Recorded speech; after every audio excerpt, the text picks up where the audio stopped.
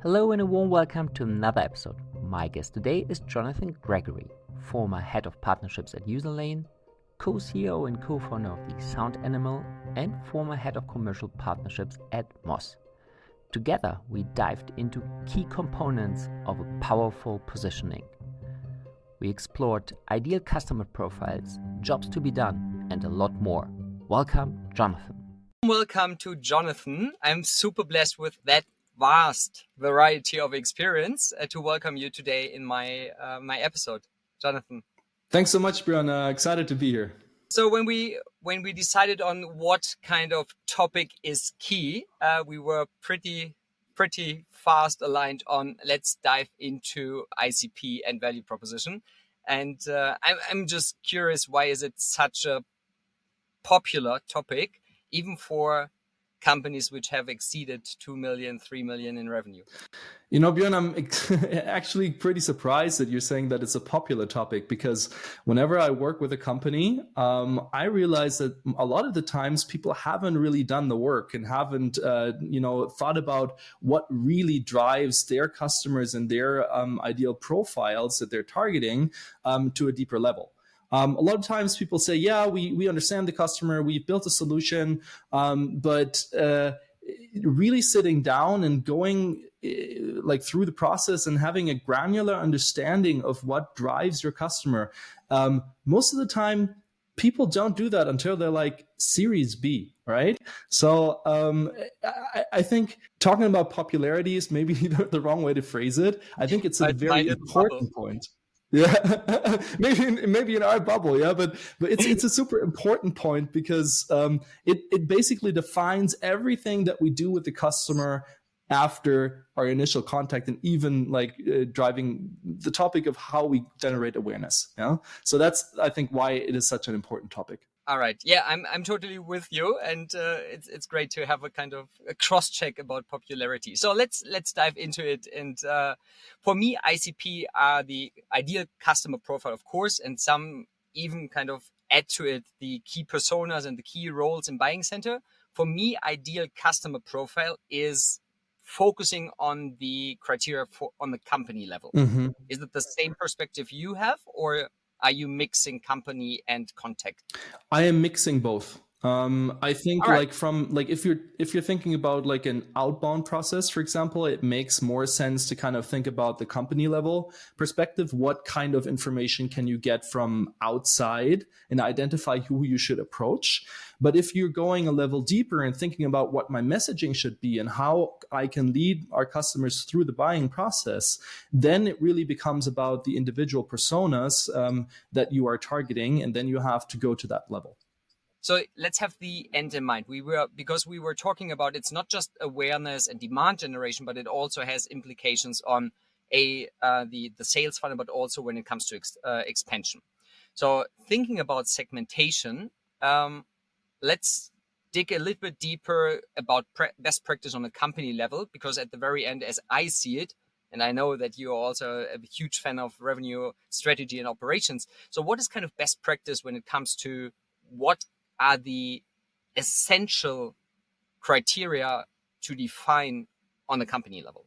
So there's some basic things like, the size of the company, the geography that you're targeting, the kind of company. Is it like a vertical theme that you're targeting? Is it a horizontal theme? So examples would be, are you selling to schools or are you selling to manufacturing companies, right? A horizontal theme would be more like, anyone who is, an enterprise company and needs collaboration software, right? So there's differences like that. And then I think the more granular you can get, the more you're gonna, the better you can target your outbound efforts. Yeah.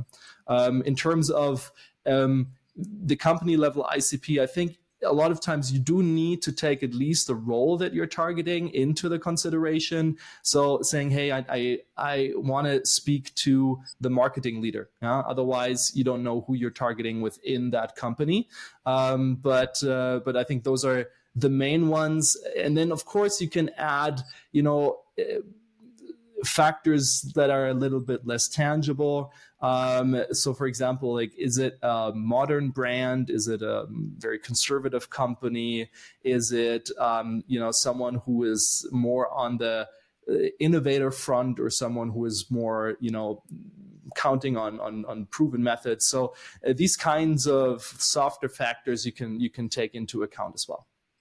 Let's move on to personas, because you were mentioning at least I need one role, and then it comes to messaging. And for me, there are at least two components of it. One thing is, if we deal with humans, and we do, then of course you have these emotional triggers. What is helping them on a personal level, but also what is helping them in a professional level. So how do you make it digestible? How do you structure these powerful messaging, which is then a make or break in accelerating the entire revenue organization?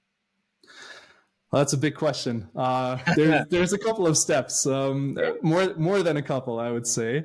But I would begin by really defining, okay, like, who do you think you're solving a problem for?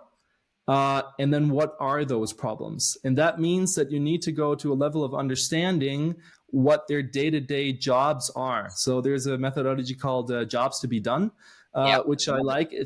I think it's a more tangible way of defining a persona than what a lot of companies do, is to say, hey, I have like the busy bee manager, she's like 42 years old and all that stuff. That's for me not the level of persona that I'm looking for. It's more like, what are the tasks and the goals that this role has to achieve, and what are the issues and challenges that they have on the way to doing that.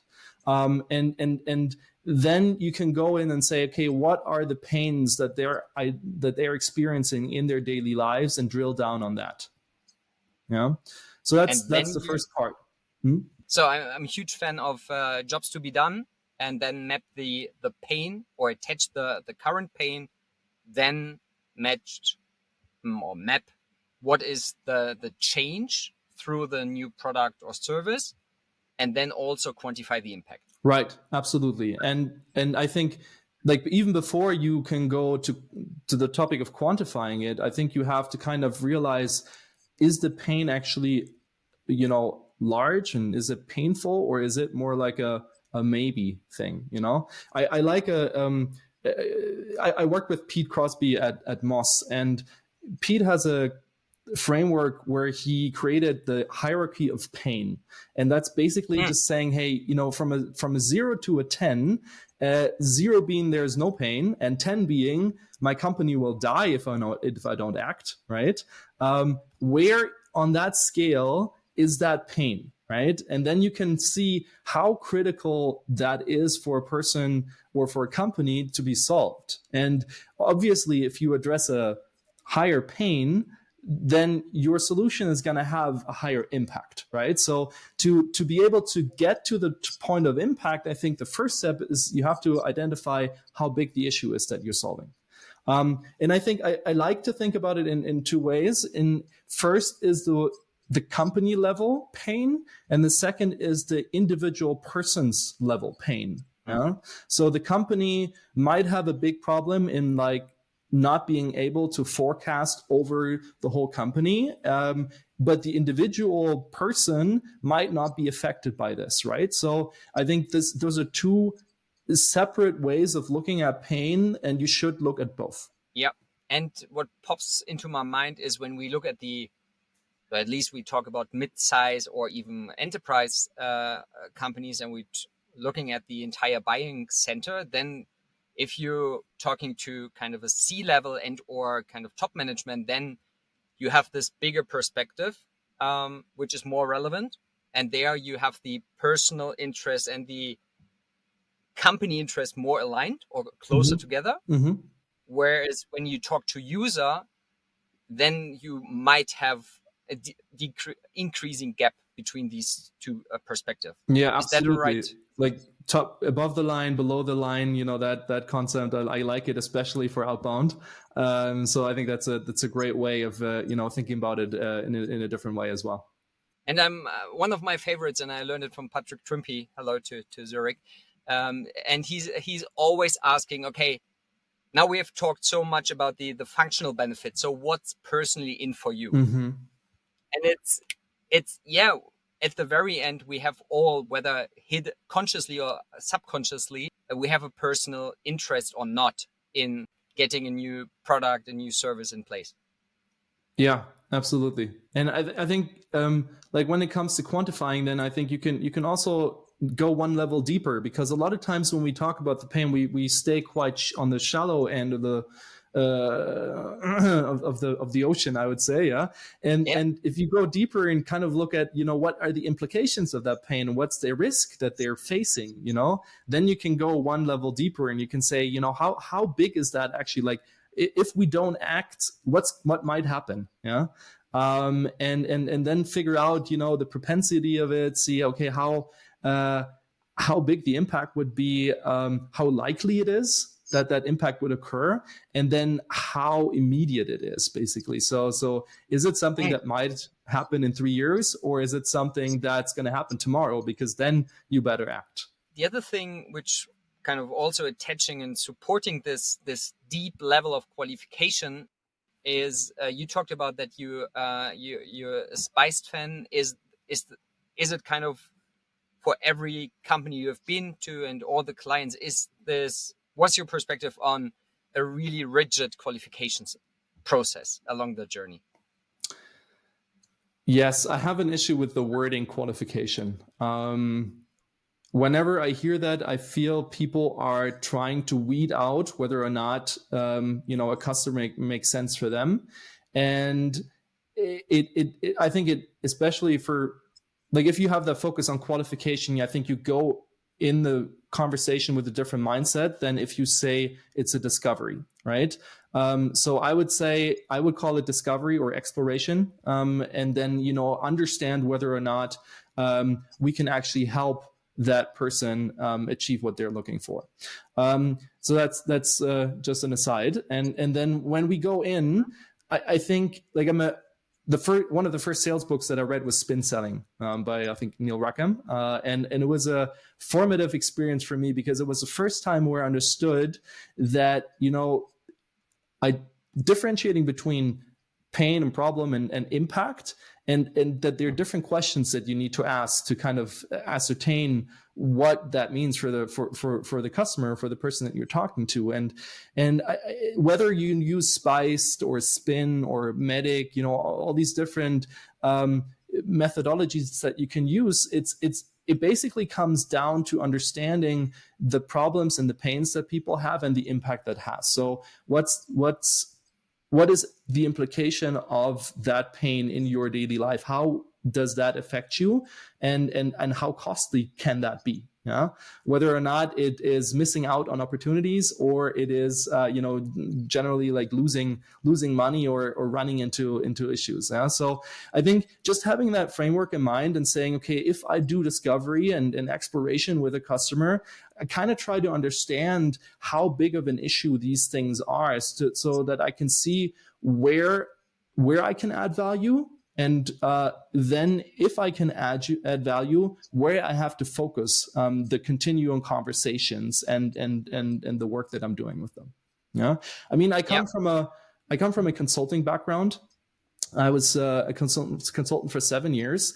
And so I think that kind of mindset of really understanding the client, and then, working out the issues and the problem, and then creating solutions based on that is ingrained in how I think. Yeah. And I think that's becoming increasingly important for salespeople to act in a way of a consultative manner or capacity, to then be able to say, okay, well, here's I understood you, and I can build on that, and then I can challenge you and kind of like lead you to a point where you couldn't have gotten without me.